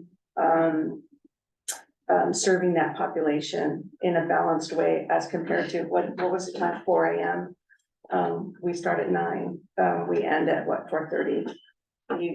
That is much later. So, I understand that these are ADA rules that, one would be based on fixed route, but then if you don't have a fixed route, you're using the next base thing. But I'm not sure the next base thing has a reflection of equity for the community. So I just would like to see some more information on that. For microtransit or paratransit? Okay, so what you're saying is that paratransit is based on being equitable with having those committed lines like the 220. Since Winners doesn't have that, you're using the hours of microtransit as the object of parity. I'm saying that the object of parity is a bit arbitrary if that doesn't serve the population well. So I was wondering if there's some other way of providing that service to the community earlier or later, because maybe microtransit isn't available in an equitable way to those communities. Oh, yeah. Thanks. So yeah, we can get back to you with the information on how the beeline hours of operation differ from the 220, and then how many people would be impacted by that change. Thank you. I'd like to ask a question. As I recall, some of our Beeline vehicles will be paratransit friendly. They'll have handicap accessibility. Do we intend to use them in conjunction with specialized vehicles strictly for paratransit? So that service is available to our people? So yes, we have 4 of our vehicles that will be ADA accessible. They can be reserves as in a flexible use for our paratransit fleet. Currently, we do not have that plan, but it is something that we can use. And why I say currently we don't have that plan is it depends on how service is used with our microtransit service. If we're at capacity with our microtransit vehicles, that's less likely. But if, as we get ridership information and we see that the service hours that we're offering, we're not getting the ridership we're looking at, then that could be a secondary use for our paratransit service. Thank you. Questions, colleagues? Thank you. And thank you for taking a deep dive on this. It's nice when these documents sit around for a while, they get dusted off and looked at for exactly the reasons that we're sitting here having these discussions today. Thank you to my colleagues for your questions as well. So just so I'm clear on the Winters piece. So like if somebody in Winters right now wanted paratransit, they wanted a service at 7 o'clock in the morning, they couldn't get that because the Beeline is set up at 9 o'clock. Currently, yes. That's the way it's currently set up. No, currently it follows the hours of the old 220. The old Route 20. Yes. Got it, and that's okay. Which are what? I was actually trying to look. What are Yeah, the hours? apologies. So I think the 220, I don't know off the top of my head. Maybe I might, Daisy, do you know what the old what the time it starts? I know we used to run the 220. Sorry, my name's Daisy Romero. I'm Yeah, Hi, Daisy. I was just wondering what the hours are. Go ahead.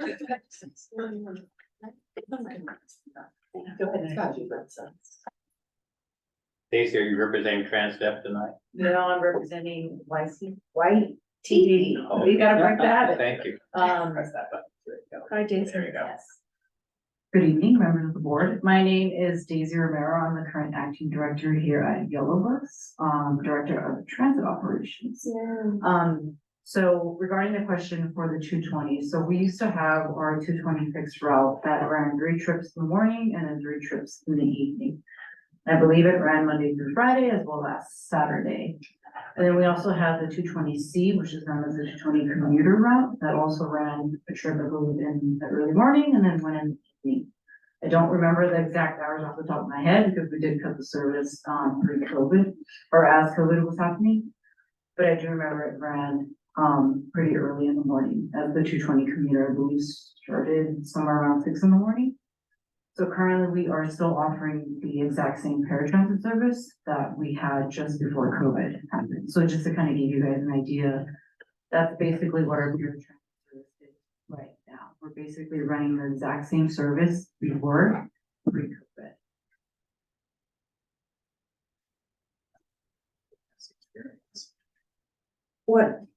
What kind of ridership are you having and what were those hours? You didn't say. The hours for paratransit now. For paratransit, I don't remember off the top of my head. I just know it starts Pretty early early. in the morning. Do we have early riders? Sorry to interrupt you. No, you're fine. We would need to look at the regional data as far as what our Winters riders look like. I do know for Winters microtransit, it is pretty popular, compared to Knights Landing. Typically we see anywhere between close to 300 riders usually on the month for Winters compared to Knights Landing, but we would need to look at the regional numbers. Usually when we collect our paratransit data, it's just one whole number. It's not necessarily based off the region, but it is something that we can begin to provide. Okay, thank you. Just a couple last ones, sorry, thank you, Lucas. And then just overall, is there a sense or a reason as to why why we're seeing such high ridership? I mean, obviously people's behaviors have changed, COVID changed a lot of the way people are traveling, commuting. You see oftentimes the ridership, as we know, on fixed routes going down. Is there, I mean, obviously this is more kind of a premium service, right? In terms of that you get, and it should be, but is there reasons as to why you guys think that that's happening? I mean, I can say that this is part of a national trend. I mean, some of it has to do with changing demographics, with aging population. So, you know, we certainly have that here in Yolo County. I also suspect, you know, Courtney mentioned that our policy says that we re-verify eligibility every 2 years.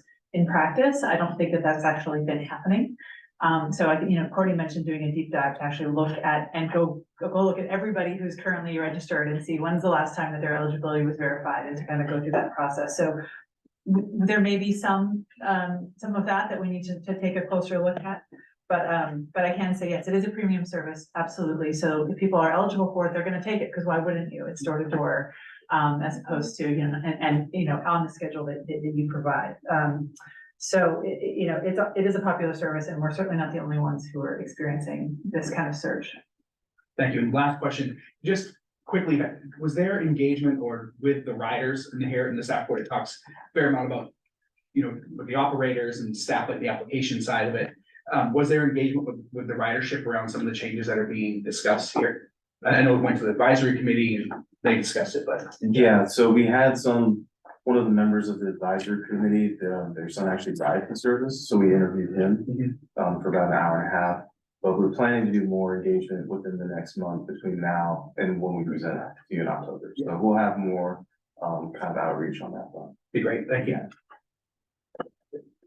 Thank you. Any additional board questions? Yep, I got some down here. Oh, he's been very patient. Lucas, really appreciate this item. I think it's well overdue in terms of some of the upgrades. So really appreciate the presentation and the work that you've all been doing. I think that first and foremost, the changing of the name brings the service from like the mid 20th century into the 21st century. So thank you for that. There's many reasons why I think it's important to do it, but really appreciate that. And some of the other changes that have been suggested around, obviously the online application being ADA accessible, that's probably a good idea since it's a paratransit service. We want to make sure it's conforms to the federal law. And a variety of other reasons to do it as well too, but I think, so really appreciate those changes. A couple quick questions I have, really appreciated Director Early's comments around just not needing more information on ridership, the costs. Also the times I think would be important, so for us to have be able to really have a look at those 3 items, I think would be helpful as part of just being able to help provide some feedback. The item around winters, I really appreciated Director Lauren's questions about that. I think the question that I have is that in the staff report, there's definitely sort of discussion around the paratransit service to and from Vacaville, which I believe is only from Winters to Vacaville. It's not from anywhere else in our service territory, is it? You can go anywhere, the Yolo bus from Woodlands, from West Sacramento to Vacaville on paratransit. That's a question, I guess. Yeah. If it is within our fixed route service area, yes, that is correct. Okay, that's great news. That's good to know. I think it would be good to have the Vacaville item as in the changes to service area and times proposed. I mean, it seems like that would be, it's discussed in the staff report, but it seems like it'd be helpful to have it in the sort of the slide or just the chart here. I thought it was only from Winters, and I think the previous fixed route bus service was only from Winters to Vacaville, was it? We have, So that, yeah. number of years, yeah. The 220 went from Davis to Vacaville via Winters. Yes. And the B line, but so the B line now, if you're in Davis, you can't take the B line directly to Winters. You have to go through Winters, so. Vacaville. I'm sorry, you have to go, apologies, yeah, the B line is limited. The paratransit, you can go from Woodland or West Sacramento to Vacaville, but for the B line and the fixed route, it was only Davis to Winters to Vacaville. Yes, okay, great. Thank you, that's really helpful. That's really very helpful. One other question that I have is with regard to, and I thought this was the case in terms of I think we started to touch on it a little bit, I just need some clarification. I was under the assumption, I think it's a federal rule, but paratransit trips must be located sort of within a half a mile of fixed route service. There's something, so that is, we've heard this over time in Davis that if the Davis Community Transit is not allowed to go for much, like more than a half a mile off of a fixed route Unitrans bus service. So is that not the same for Yolo bus? I mean, I'm curious about that. So basically, if there's a fixed route bus that runs like paratransit cannot go, basically, at least this is what we've been told for a long time in Davis. So that it cannot go more than a half a mile away from a a fixed route bus line. So it's up to you, it's up to us. The minimum is that it has to be, they have to serve trips that are within a half mile of that corridor, but that's what the ADA requires, but you can go beyond the ADA and cover the entire community if that was desired. So that's a change that frankly the city of Davis needs to make. So they have that information offline. The reason why I'm asking very specific is because there are a number, so currently Davis Community Transit, the closest Unitrans bus line is along Lake Boulevard, which is more than half a mile away from a cluster of churches that are west of Davis, the Unitarian Church, Grace Valley Christian Center, and First Baptist Church of Davis, all of whom have paratransit riders, and they don't call Davis Community Transit to take them there. They use Yolo Bus, previously Yolo Bus Special, to do that,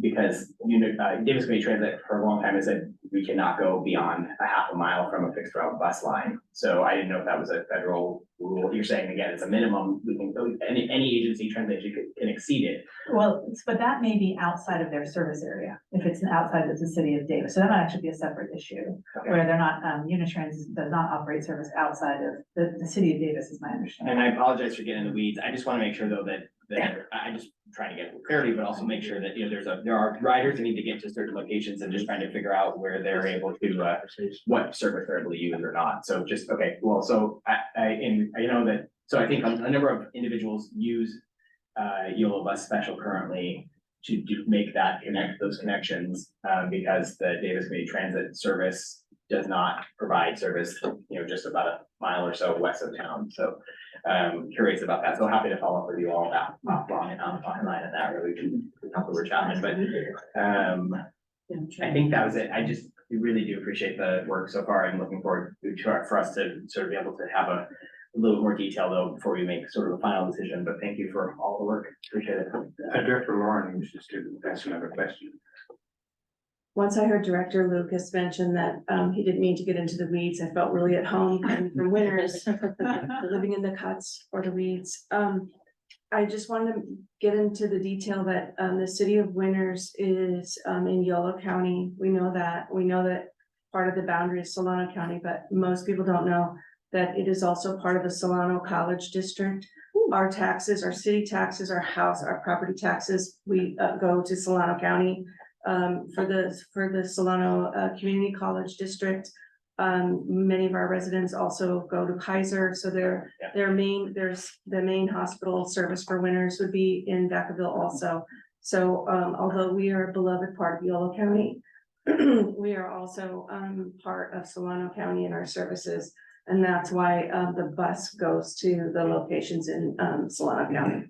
So I just wanted to get into the weeds on that if people didn't know that are on the dais now. Thank you. I do appreciate that clarification, Director Lauren. I was thinking, why are we transporting people to other jurisdictions? I would think the same thing. For sales I wasn't gonna touch it. We really want them coming into our communities, staying in our community. We've long transported people from Yolo County to Sacramento County via paratransit because that's where the hospitals are.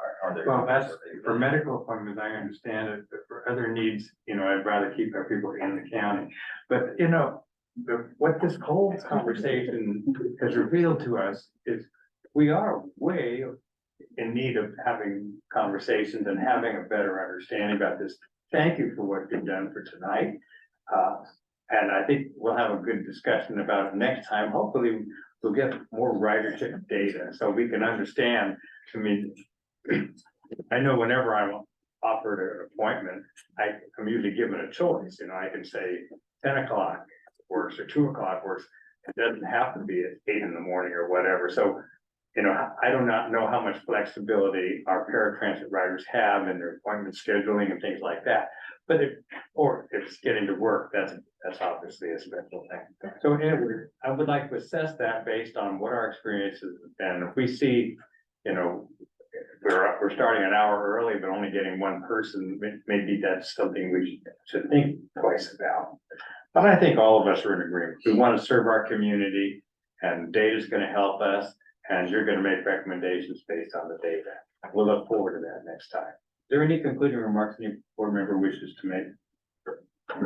I don't think I invited public comment on this issue. Any member of the public want to talk about our fulfilling our paratransit responsibilities? I'll speak to staff off. Okay. All right. Then that will conclude the discussion for tonight. I would just like to thank my colleagues because I felt all the questions brought out interesting aspects of this issue. Thank you. Thank you. Thank you, Courtney. All right, that takes us to our last item of the evening before administrative reports. That is item 7, the update on the Yolo Active Transportation Corridors Project. Autumn, again, would you introduce the item, please? I will. Thank you so much. I'm excited. While we're doing a shift change over here, I just want to say I'm excited that we are finally bringing this item back to you. This is a project that we applied for funding and won the funding in 2021. We selected a consulting team and came up with a scope of work. And then we sat on our hands and waited for over a year while the FHWA, the funder, while we went through the process of getting all the paperwork finalized. So I'm very excited that we're now kicking this off. And that our wonderful assistant planner, Brenda Lamelli, this is her first time presenting to the board, and she's going to be leading this project and leading this presentation. Have you told her that we bite? So with that, I'll turn it over to Brenda. Thank you. I think Anna went through my slides before. Hi, members of the board and members of the public. My name is Brenda Lamelli. I'm an assistant planner here at YoloTD. Our team is extremely excited. Again, like our executive director mentioned about the Yolo Active Transportation Corridor, known as the YOTC project. I'm going to start with a little bit of background because I know that we have a few new board members and I think it will be a great refresher for all of us because it's been a while. So what is the YoloTD? It's basically, a plan of multi-use trails that will help address mobility barriers of low-income and minority residents of Yolo County. I've been a resident of Yolo County for 20 years. So seeing this project, come up, I was extremely excited because I wish when I was younger, this actually was the project that YoloTD could have, because I know that there's a lot of different communities that really don't have access. Again, like we could talk about Madison, Sparta, Yolo County, the city of Yolo or the little town of Yolo. The planning project will build upon YoloTD's mission, and I know they recently have a lot of efforts to explore how public interest design transportation, especially on the isolated and disadvantaged areas. YoloTD was awarded $1.2 million in federal funds from the RAISE grant program back in 2021. So the YOTC will accomplish 2 objectives. Sorry, Heather, thank you. So basically it will establish long-term vision and planning documents for a countywide active transportation corridor. In the second objective will be establish priorities and complete construction documents for at least 1 and up to 3 corridors, if funding permits. With the assistance of our partner agencies at YoloTD, we selected a consulting team led by Fair and Pierce. They're well known in the Sacramento region, and I know they have worked on multiple projects for the county of Yolo. So they're a really sharp team. So the consulting agreement has 2 phases, which will be the planning and the outreach, which that's the current phase that we're in. And then the second phase will be the design and engineering. Next slide. So the scope of work basically addresses the initial planning and outreach phase. So these are the components, and the task are project management, existing conditions assessment, public outreach and community engagement, and plan preparation. Okay. And here you could tell the project schedule. The dotted lines show where we are currently with the project. I don't know if you can really tell, but you can see that line. The goal is to finish this task by September 2024. Next slide. So we're pretty busy here at YoloTD.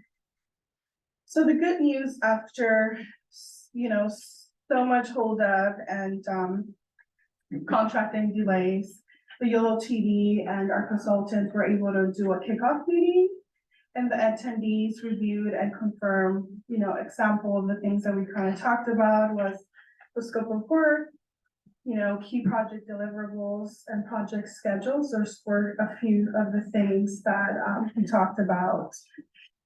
So currently, the stuff that we're working on, YoloTD with, Fair and Piers, you can see the picture there. That's identification of locations for bike and pedestrian data collection. There are about 50 currently on that picture. Yeah, I think there's like 30, we need to get 30? that down to like 15, because that's what we have budget for, which the purpose of that is just to kind of show what, you know, what the conversations are that are occurring between us and our consulting team, and they'll go out and they'll put cameras, and so we'll get, you know, real bicycle counts at the 15 final locations that we select, and that'll be helpful in informing what the demand for bicycling is between the you know, the urbanized areas. And we're also gonna be using, it's called big data, cell phone based data that shows origins and destination pairs. So that'll help us also get a better sense of demand for the people who aren't currently bicycling between the cities, but possibly would if the facilities were there. Thank you, Brian. And also we're doing existing condition analysis, developing a project logo and style guide. Next slide, please, Heather. So here you can see 3 logos, 3 top logos designs that staff picked. My favorite is the middle one, but Brian and I have been having a battle here. So these are the potential logos that you will see as the Yolo Active Transportation Corridor project. Next slide, please. Hold on, we're still bickering about it. Do you pick or do we pick? I like this other one. Real question. We will love your input, go for it. I mean. I never lack opinions. To be honest with you, so. We like them all. We were just kidding. We're sorry. Oh, well, she's not speaking for me. All right. The board's You- having a really. We'll pick, but we're not picking yet, right? Yeah, I won't pick until you tell me to. We welcome your feedback on Yes. anything in this presentation. Apparently we like art. We all just focused on those pictures. Sorry about I that. think she's got one more slide. All right. Okay. Hold it together. So what's coming up? So basically we have the preliminary outreach in the fall and extensive outreach starting 2024. So you will definitely be seeing a little bit more of Brian and I. And we're extremely excited about this project. Again, being a individual that has, you know, worked and lived in Yolo County for the past 20 years, this makes me extremely excited to see that, you know, we're actually focusing on smaller communities from, you know, urban to unincorporated. So thank you. Brenda, will the outreach include interviews with the individual directors of the district? No. Yes. Can you repeat the question? Yeah. Will the outreach include individual interviews with the directors of the school? Yeah, sure. Thank you. Now they will. Yeah, just want to make sure. That concludes your presentation. It concludes my presentations. Any questions, comments? Brian Evans is sitting right next to me. He's the expert. I just jumped in on this project and I'm excited, but I'm a little nervous, so. Yeah, Brian's you the see- expert. She assumed project management responsibilities kind of midstream, but I do have some of the institutional knowledge dating back to, you know, even I inherited the project midstream back in, you know, March of 2022, but I can hopefully answer any questions you might have. If you recall back in November of last year, you did approve the scope of work and authorize staff to execute an agreement with Fair and Piers. It's just taken us this long to actually launch the project. Thank you. Congratulations, Brenda. You've gotten through your first presentation. And you did a great job. That was hardly what I thought. Yeah, colleagues and the end of the table. I'll go first. In the scope of work, it mentions the UC Davis CRC, and I'm not familiar with that, so if you could just illustrate what that is. That's the Center for Regional Change, and they're involved in our public outreach team. So they have specialized expertise in reaching out to underrepresented communities, and that was a really important aspect of the project, and one of the capabilities that the team had that sort of pushed them over the edge versus the other teams that we interviewed. Okay, and then my last question, the logo, I will jump in and say they all look great, but using them in association with the YoloTD logo would make sure people recognize this project as part of YoloTD. Yeah, I had Brenda add that, the slide with the logos that, and these are drafts that our consultants have given us, and thought it would be fun for, you know, you all to ruminate on them and share with us your opinion. Yeah, we do have some internal strife regarding our preferences, but I think, you know, we'll work it out, or you guys can do the time. Is that it? Thank you. Lucas? Thanks very much, Mr. Chair. A couple of quick things. One, so first, appreciate all the work that's been done on this so far. If it's possible, I'll stay agnostic on the logo, so there you go.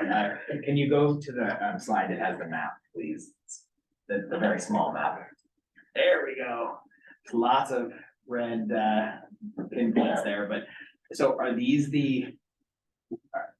what are those red pinpoints? Are they the bike ped data location area, collection areas, or what, or these the places that there might be community meetings? What is the? Potentially, those are the first set of locations that our consultants have proposed to us for collecting bicycle and pedestrian data. Keep in mind that the focus of this plan is in between the major cities, so we're not really going into the urbanized areas to collect. And then, yes, those are the first. Sorry, finish that. And so those are the first 30 that they've identified, and a lot of them make sense. But we do need to get them down to more manageable, to within the budget. If there's a lot of interest in retaining, certain locations, and we can probably borrow from for budget elsewhere in the project. Thank you. I appreciate that. I would love to be able to see that map a little more up close. For this, or at least for me, and I feel like for Director Lauren too, for this very particular reason, many people that ride their bicycles between Winters and Davis go through Solano County to do so. They do not take Russell Boulevard. They do not go over the 505 interchange. They're outside of the boundaries of Yolo County. I'm not sure that there are any pinpoints in Solano County, but that is the absolute way that people ride. The vast majority of people who ride to and from between the rural areas between those two cities do not go within Yolo, for the most part within Yolo County. They go outside of Yolo and Solano County. So I think that's just an example. I can't tell because it's really far away, but I can see a couple pinpoints by where Winters is and a couple pinpoints a little bit closer over towards Davis, but not really sure sort of. So anyway, just want to really specifically check in on that one. And then lastly, just with regard to the it's on page 65 of the contract, just there's talk about, under the public outreach and community engagement portions, technical advisory committee, totally get that.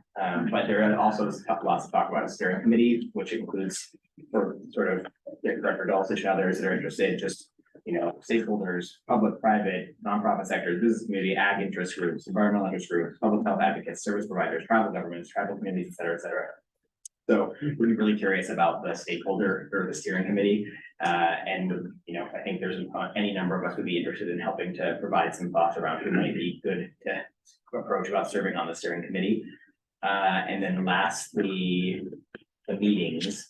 There was the sort of outreach meetings. I see on page 69, 2 series of 10 in-person targeted outreach activities throughout Yolo County. Anticipated locations include, but are not limited to, or glad it says not limited to, Cape Esparto, Madison, Dunnigan, Zamora, Yolo, Knights Landing, Clarksburg, El Rio Villa, and Yocho de Nation. I do think Winters should be a part of that, and yes, it's the city, but El Rio Villa is very, very close to the city of Winters, certainly. But that's the only real item I would just add and make sure that we sort of, we probably wouldn't be bad to just sort of maybe check in with the board about potential locations for some of those in-person sort of outreach meetings. Thanks so much. Although it's premature, because we're just starting the process, but I'm going to put it out there that it's essential to me that we get a key bikeway between Davis and Woodland. We are proposing this wonderful new research and tech park. Many of the people who will work there will come from the Davis community. And if they have a safe, reasonable, hopefully off-road way to commute, they will do so. And Many people in Woodland work at the university are motivated and it would make such a difference if we had that place. So, I'm just gonna keep bringing it up until we get it done. Okay, thank you. For comments? I just had just one level setting question. I appreciate the map. It's not helpful. Just real talk for me. What would be helpful, just if this does come back, just the level setting, of just the areas. I mean, like, just give me some general unincorporated, throw some names on there of towns or, just so I can have a better idea of just scope of project. Yeah, I guess we probably, it's one well taken, we're sort of immersed in a project and, sort of we're operating on the assumption that there was a, certain level of awareness and understanding, and so. Not at all. Sort of missed the mark on that, but yeah, we'll definitely make sure to talk about that in future It updates. is my first time seeing it, so I mean, I appreciate the immersion, I really do. Yes. One thing I would love to just to share now, because it got burned into my head when I was doing the lobby meetings to get this money, is that there are 3 priority corridors that we identified in the grant proposal, which are Davis to Woodland, completing the path from Davis to Winters, and then West Sacramento to Clarksburg is the third. Though those are kind of the pre-identified priorities, but then, of course, it is called for doing an entire countywide plan that may also identify other priorities through that process. But those were the 3 that were specifically called out in the application as priority corridors. So I just wanted to throw that out there as a helpful talking point. Very helpful. It'd be nice to have that in the staff report. Okay. Any additional questions from the board member? Yeah. Yes. Director Law. I just wanted to use this opportunity to echo what Director Fredericks said is exact for me. And if you really want to hang out with bike riders, Saturday or Sunday at Steady Eddies and Winters, you'll have people from this Sacramento, Davis, Woodland, all over as far as they can ride in a day. They'd probably be Eddies. happy to host one of those. Yeah. Well, to be happy. I will say, one of the things, I'm interested to hear you say this, because one of the things we've talked about is making sure that we're getting beyond the sort of more affluent recreational riders and getting to the folks who are bicycling as a primary means of transportation, because they are very different. And so, to the extent that we can get your feedback on that, we want to make sure that we are, drilling in and not just hearing from the bike clubs. Yeah. Not that they're not important, but they're not the only ones that we want to hear from. And I also think, getting used 5 days a week as opposed to 2 days a week is, should have some bearing on our decision making. Okay, Collins? Yes, one more. Can I do one more? And I said it originally during this project that it was being started, it's also the idea of looking south to Dixon and trying to think of a connector that could come down Dixon. There's that same very bikeable, but it is the edge of the county, but this report, I think, could go further than the edge of the county. That's it. Thank you. All right, everybody's had their say tonight on item 7. All right, the public, I think I saw Alan coming forward with the card. Alan? Floor is yours, 3 minutes. Thank you. I had an interesting vacation with my wife, bought her an e-bike, and we put the bikes on Amtrak and we went to Denver. We rode around bicycling in Denver for 4 days. We went to Salt Lake City on the train line, bicycle in Salt Lake City, went to Reno and bicycle along the bicycle lines. So we experienced the bike trails in 3 different cities. We've also taken the trip with their bicycle to Oakland and bicycle down there. Go to Denver. See what they've done there. They have an amazing system. It's really, please use concrete on your bike paths. Don't use asphalt if you're really serious. Denver's made a major investment. Signage are amazing things on the bike paths, and it's used by everybody. It's really amazing. We went to dinner at a place near the Capitol building in Denver, and we rode on the bike trail for 3/4 of the route too. It's just amazing. I'm also concerned that basically we're restricted to just a low income. I think there's a lot of low income people in Davis. I think we shouldn't neglect them. They need for real transportation. Please do that. Ag tourism, the more multi-purpose we can make these lanes, the more they're gonna be used. I think ag tourism is an amazing opportunity, especially with e-bikes and scooters and whatever. Please accommodate that. We're gonna change the way I think homeless one of the things we saw on the bike trails, all in most cities. Dealing with homelessness needs to be a plan to deal with that, so they don't make it, because people feeling safe on it, especially women, is really important. I think the logo should be as simple as possible. Because you have to do the trail, and it gets to, you work with all this stuff on it, make it really, really simple. I'm concerned these are a little bit complex.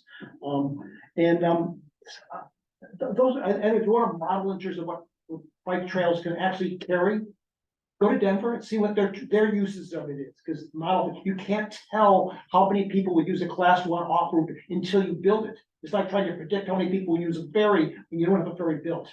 So I just not only what's existing is your bike riders, your weekend people or whatever. So I think you want to basically look at some other models to other cities that actually have amazing bike systems. And the bike system and the transit system can work seamlessly. We used to, we rode out and to transit back. It was an amazing sort of adventure. If you want to take a great adventure, bicycles over Amtrak, it's a great thing. Thank you. Thank you, Alan. I want to mention, I ride my bike to Davis back on Sundays. I attend a church in Davis. And this Sunday, as I came back on 99W, the bike lane has so many cracks in it, and there are weeds that are literally 2 feet high growing up in it. So, I mean, it literally is not very safe. And even along Cobell Boulevard, I ride in the street. There is a bike lane in the street as opposed to a very wide asphalt, because the wide asphalt is so bumpy. It is just almost intolerable. So as we go forward with this, we might even think, how are we going to maintain our bike lanes in the long term? You know, is this maybe a countywide district to do this? I mean, that may be, we may have to figure out a funding mechanism so that these areas remain safe and functional, and not just we put them in place and then forget them. All right, any more comments on this? All right, that concludes item 7, and that brings us to the remaining area, which is administrative reports, verbal reports, and I'm going to start with Mr. Dalton. Anything to add? I'll jump in real quick. We did have a launch of a new service at our Sacramento campus, the UC Davis Health System, with SAC-RT, the partner in this new service from Elk Grove, a direct commuter shuttle that started last week, and it was really a great launch. SAC-RT said it's the best first week of any of their prior service launches, so we're excited for that. And it is one that matches up with the Causeway Connection service, so a rider from Elk Grove who works at UC Davis in Davis could transfer at the health system and then take the Causeway Connection into Davis. So it is a new launch of our service and one that we're super excited about. So thank you. Congratulations, Mr. Kerr. Thank you. Mr. Captain. Nothing fine. Dr. Prue. Okay, thank you. Ms. Lauren. I wanted to use this opportunity to invite you all to Winters on September 30th for the Carnitas Festival. It's a free festival with music and dancing. There's a banda from Oaxaca from 7:30 to 10:30. It is all fun. All the adult beverages and so forth. All the kids area is free.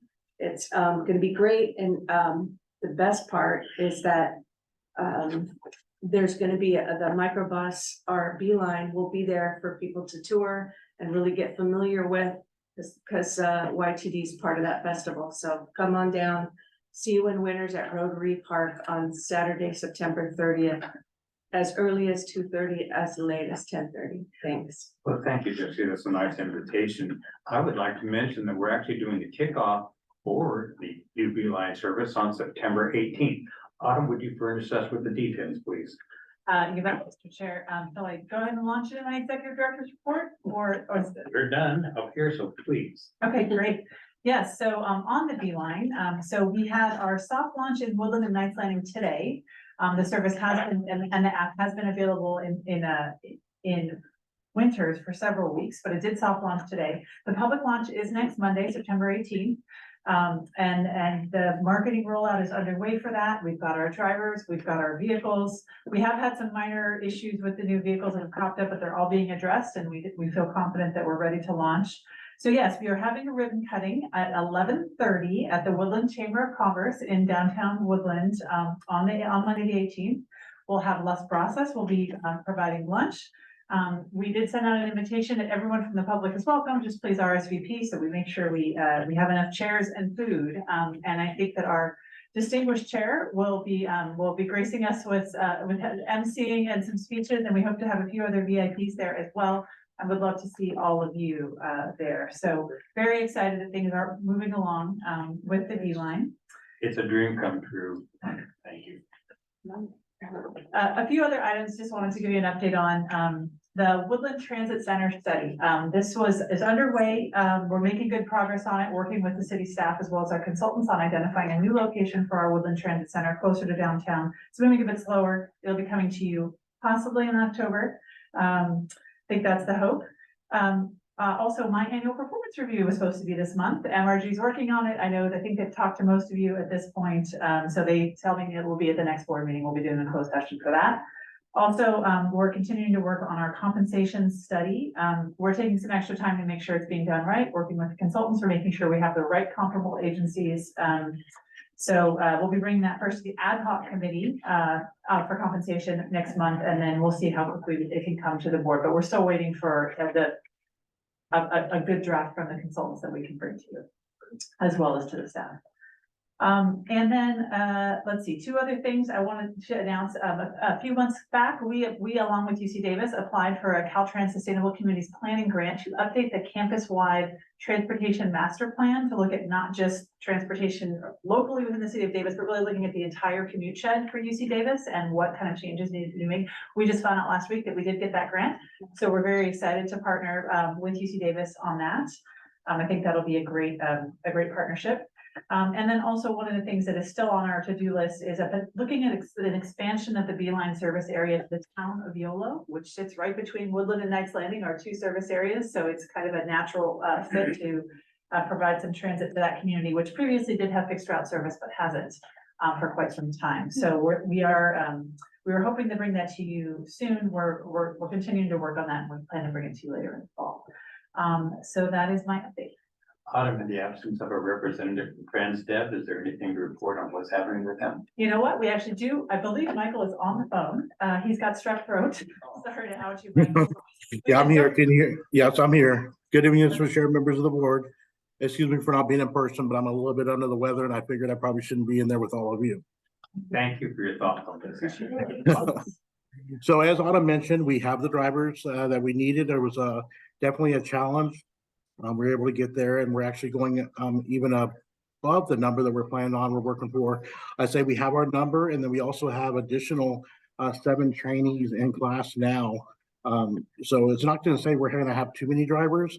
It allows us to add numbers to where we can do additional bid lines for standby operators for many ads to cover for vacancies, for everything from vacation to call offs per day, just to ensure we have no missing service and things leave on time. Any questions? Thank you for that question. Will you just get yourself well and come back, okay? Thank you, sir. Have a good evening. All right. Are there any ad hoc committee reports tonight?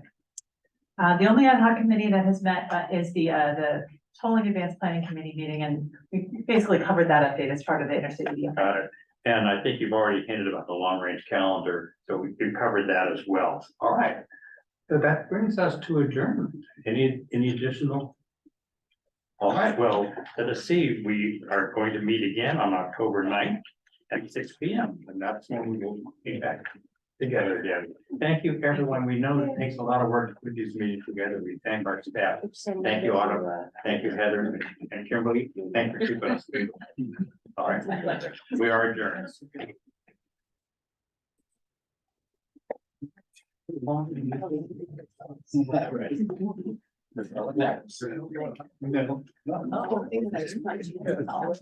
Yeah, you too. Oh, I will. Yeah, That's my favorite.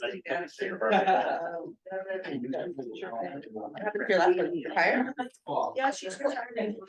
3 years ago. Stay around. I wasn't gonna leave. You can handle it. Good.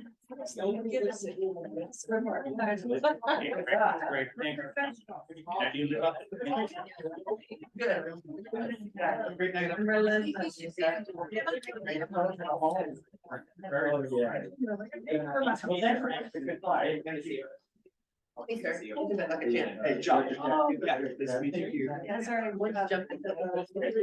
Next week. Yeah, you better be here.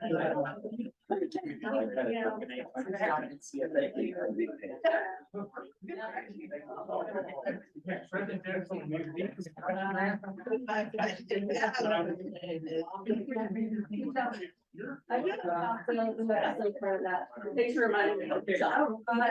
You know what? Thank you.